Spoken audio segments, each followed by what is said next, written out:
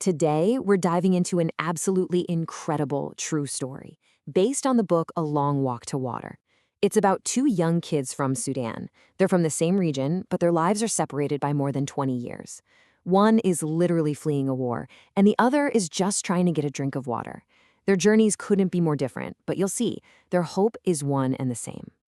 Sir, right off the bat, you've got these two parallel lives. On one side, in 1985, a young boy is running for his life from a brutal civil war. And on the other, 23 years later, a young girl's entire world revolves around this exhausting daily trek just to get water. The big question that's going to hang over this whole story is, how on earth could these two lives, separated by so much time and such different struggles, possibly connect? All right, let's start back in 1985 and meet our first protagonist.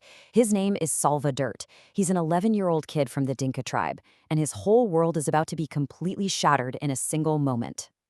So imagine this. 1 minute, Salva's just a regular kid in school, probably daydreaming about the bowl of milk waiting for him at home.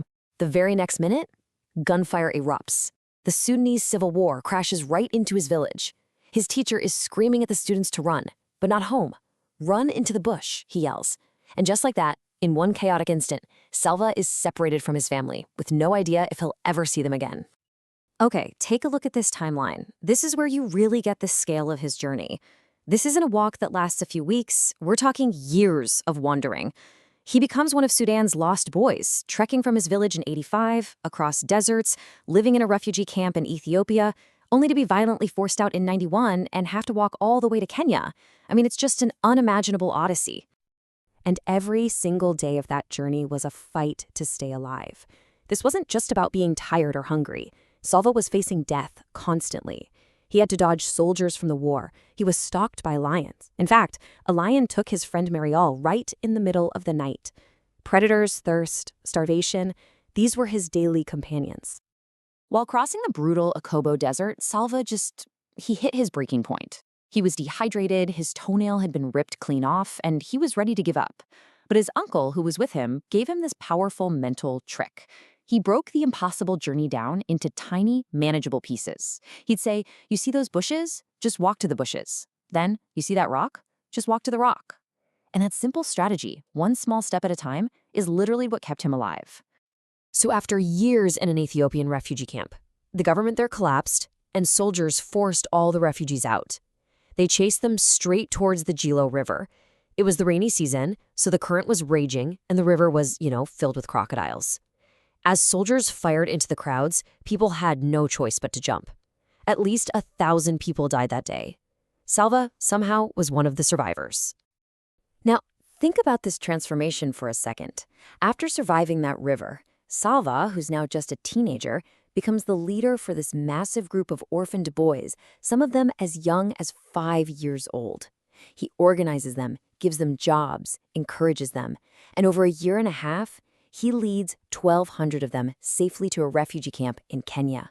The little boy who ran is now a leader of men. Okay, now let's jump forward in time, way forward. The year is 2008. We meet Naya, an 11-year-old girl from the Nuer tribe. Her struggle isn't with soldiers in war, but with a different kind of enemy, and one that is just as relentless. Nya's whole life is this one repeating cycle. Every single morning, she walks for hours to a dirty pond, she fills a heavy plastic container, balances it on her head, and walks for hours all the way back home. And as soon as she eats, guess what? She has to turn around and do it all over again. This isn't some chore she does on the weekend. This is her entire life, day in and day out, for 7 months of the year. And for the other 5 months of the year, it gets even harder. The pond near her village dries up completely. Her family has to pack up and move to a temporary camp, where she has to dig into the mud of a dry lake bed with her bare hands, just waiting for hours for a tiny bit of filthy, contaminated water to seep up. You see, this isn't just about the back-breaking work of getting water. The water itself is a huge danger, which leads to the question right here. What happens when the only water you have access to is poison? And that danger becomes terrifyingly real when Naya's little sister, Akir, gets sick. Really sick. She has terrible cramps, fever, all from a disease she got from that dirty water. For the youngest and oldest people in the village, an illness like that is often a death sentence. The daily struggle for water, is a daily gamble with life itself. Okay, let's jump back to Salva's story. So after years in those Kenyan refugee camps, his life takes an absolutely unbelievable turn. He is chosen to be one of the lost boys who gets resettled in America. I mean, can you even imagine going from a lifetime in the heat of Sudan to your very first winter in upstate New York? The cold hits him like a physical punch. He's totally bewildered by paved roads, by electricity, and by the complexities of English. It is a completely alien world, but for the first time in his life, it's also a world of safety and opportunity. So Salva adjusts. He goes to college, he starts building a new life, and then one day he gets an email that changes absolutely everything. It's from a cousin who's working for a relief agency, and the message is just staggering. It says, "Your father, who you thought was dead, is alive. He's in a clinic back in Sudan." So Salva makes this long, complicated journey back, and he finds his father. But why is he so sick? Well, the diagnosis is just awful. Guinea worms from decades of drinking contaminated water. And in that moment, it clicks. It is the exact same problem that's plaguing Naya's family in her village all those years later. Seeing his own father's suffering and realizing it all came down to such a basic need, it gives Salva an idea, a mission. He knows he can't fix the war, but maybe he can fix the water problem. He decides right then and there that he has to find a way to bring clean, safe drinking water to the people of his homeland. And this is where it all comes together. The year is now 2009. In a small, dusty village in southern Sudan, Naya's world and Salva's mission are finally about to collide. So one day, a couple of men visit Naya's village, and soon after, they come back with a whole crew and this strange machine she calls the Red Iron Giraffe.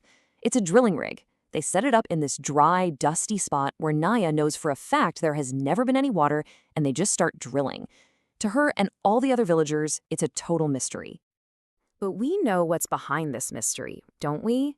This is Salva's project in action. He spent years back in America speaking at schools and churches, getting over his fear of public speaking, and just slowly raising the money he needed to fund this very drill and this very crew. After days and days of drilling, it happens. A geyser of water shoots into the air. The entire village just erupts in celebration. But the joy doesn't last long. The water isn't clean. It's brown and it's full of mud. And it seems like the miracle they were hoping for was a failure after all. The crew leader calmly explains they just need to drill deeper, but Naya is studying him, and she sees from the ritual scars on his face that he's from the Dinka tribe. Now, her tribe, the Nuer and the Dinka, they have been enemies for centuries. They fought over this very land, over water. It makes no sense.